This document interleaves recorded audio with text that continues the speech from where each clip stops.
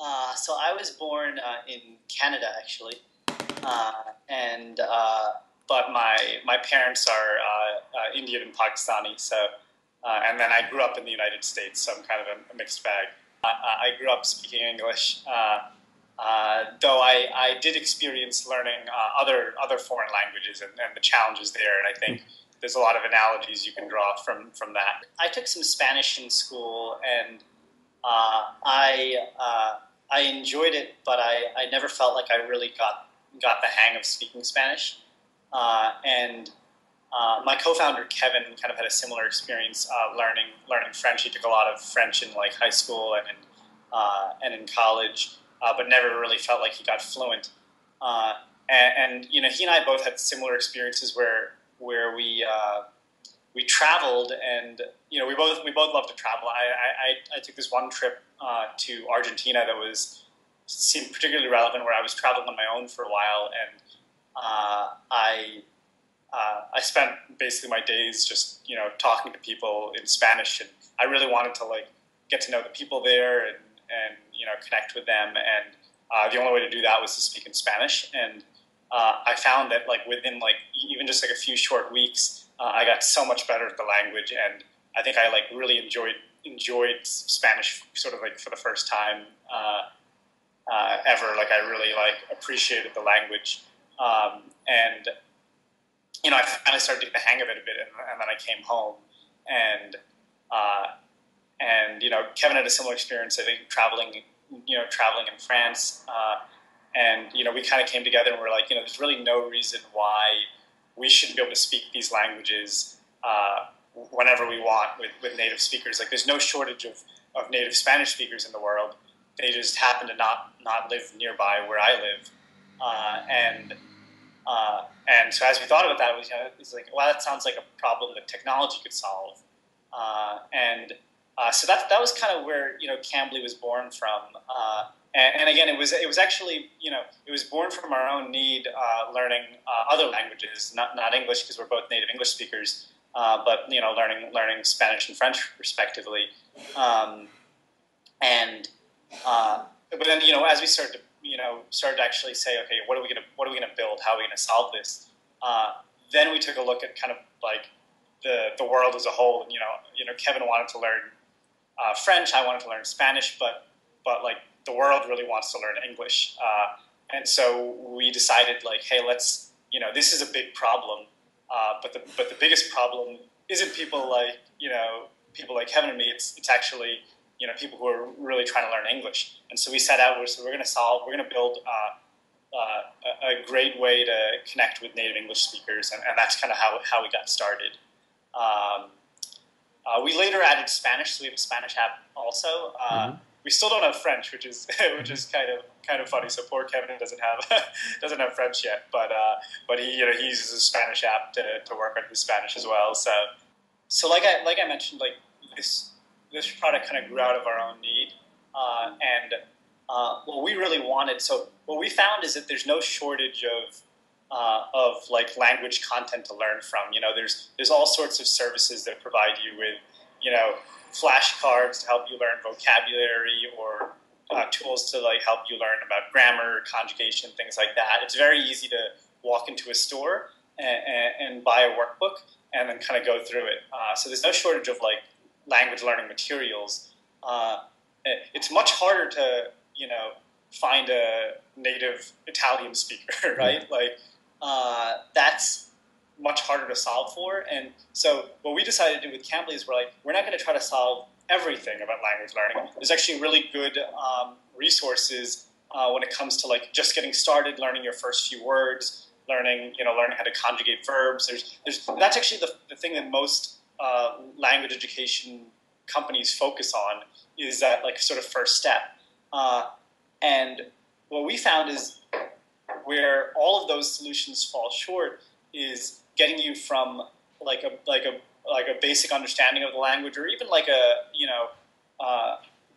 pretty good understanding of language, to the point where you can actually speak confidently and fluently. That's the thing that that a lot of people will fall off at that stage. And so we said, hey, we're going to solve just that piece really well. And we didn't really want that. We just wanted to be able to speak the language. And I think if you ask most people, if you told me, hey, like I want to learn French, like, what do you mean by that? Like, you don't actually mean that, like, I want to learn like 10,000 words in the French vocabulary. What you mean is like, I want to be able to communicate with a French person, right? I want to be able to speak French. That's what everybody means. But the process by which they go about that is often that they go and study from a book. And that doesn't actually get them to the point where they're speaking. And so it's nothing super sophisticated that we're doing. We're just making it easy to practice the thing that you actually want to be able to do. And so, there's a lot of analogies, and it's kind of interesting how people go about learning languages. I often say, like, so I'm like a pretty avid skier, and if someone said, hey, I want to learn how to ski, I'll tell you what they're not going to do. They're not going to go on Amazon.com, buy like the #1 rated ski book, read it cover to cover, and then say, great, now I'm a great skier, right? That's like absurd. Like, no one would do that. It's ridiculous. But like, that's actually what people are doing to learn languages, right? And it's crazy because like their goal, if my goal is to learn how to ski, then I have to go and ski. If my goal is to learn to speak a language, then I have to go speak that language. And so all we're doing is basically making it so it's very, very easy to practice speaking the language that you're trying to learn. So that's the crux of it. That kind of leads me to the app. So the app is like very in line with kind of what I just described. You open the app and there's like basically one giant button in the middle, and it says "Practice English." And when you click it, within a few seconds, you get connected to a native English speaker over video chat. And the service is 24/7. You can use it from any of your mobile devices, from your iPhone, your Android phone, your iPad. It's also available on the web. Basically, like anywhere you are, anywhere you go, we want to make it so you have a few free minutes. Practice speaking English. Like you're waiting in a line, talk some English. You have you have like a few spare minutes during your lunch break. Talk English for like 15 minutes, right? We just want to basically lower the barrier to like practice speaking a language and make it so you can just do that, to fill in any holes in your schedule. So that's the basic service. It's a really simple platform. You pay to use the service because we pay the tutors that you're speaking with, and so that's the basic business model. And the other thing is obviously we care about who they are, and so we care about their background. But we also just care about how like friendly and how like conversational they are. How patient are they? We generally we want to provide a service that gives you access to like regular people that will be fun people to talk to. And so we look at each of our tutors and we think like, is this someone that I would want to talk to if I was learning English?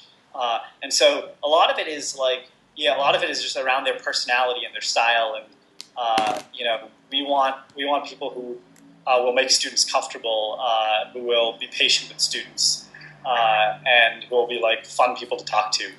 So we started the company. We started working in the company about a year and a half ago, and then we did Y Combinator earlier this year in the winter of 2014. So that was like a really interesting and exciting process. And we haven't announced any funding after that, but like you alluded to, At Home happens to be one of our investors, so we haven't really announced any details about that. So that Y Combinator basically ended in March, and since then we've been kind of at it, just kind of growing the business, growing the team, and so forth. Yeah. I've been to Istanbul before, actually. Yeah. I traveled there maybe 5 years ago or something, and Kevin's actually also been there. We're both big fans of the city. We got connected to At Home actually through another investor that I met who was so I guess I should back up. So given that we're an English education company, obviously we're sort of a unique U.S. company that where like all of our customers are not don't live around us. Mm-hmm. Everyone who uses Cambly, nearly everyone who uses Cambly is like somewhere internationally around the world, right? And so that made us basically very interested in getting some investments and getting some buy-in from people who were in some of these markets that we're growing in. Turkey actually happens to be like one of our biggest markets. Mm-hmm. We get a lot of usage from Turkey, and so we actually specifically sought out Turkey because we were like, hey, this service seems to resonate with the Turkish people really well. It would be great to have someone who's kind of plugged into the community there to help us out. And so I actually just asked another investor friend that I met, hey, do you know any like great Turkish investors? And then he connected me to Atom, and that's kind of how I met them. Yeah, so I guess you asked me earlier kind of how we got started on this, and I think I gave you kind of this was our experience learning foreign languages, but I think the other side of that is Kevin and I both have been like just very interested in like education and the ways that technology can improve it, and I've particularly been like a follower and fan of like the Khan Academy for a while. I've been following what they've been up to, and I think there's a lot we can learn, and a lot we can learn from a company like that. And I think the one of the big trends we've seen is that there's kind of two sides to learning anything. There's what we call it basically content and practice, and this is not constrained to language learning by any means. It's not even really constrained to academics. It's just learning anything, right? Like you need to learn the content, and then you need to like exercise that skill. And like I talked about skiing earlier, same thing with skiing. You learn the theory about how to ski, and then you go and practice doing it, right? You're trying to learn some new concept in math. You learn the theory of, you learn the new formula, the new equation. You learn, some new approach, and then you go and practice it a bunch, and that's how you kind of like really solidify your understanding there. And so language learning, is no different to that. And you need to like learn vocab, learn the grammar. And then you need to go exercise that skill. So coming back to your original question about kind of the direction of online education. So if you break it down into these two pieces, then there's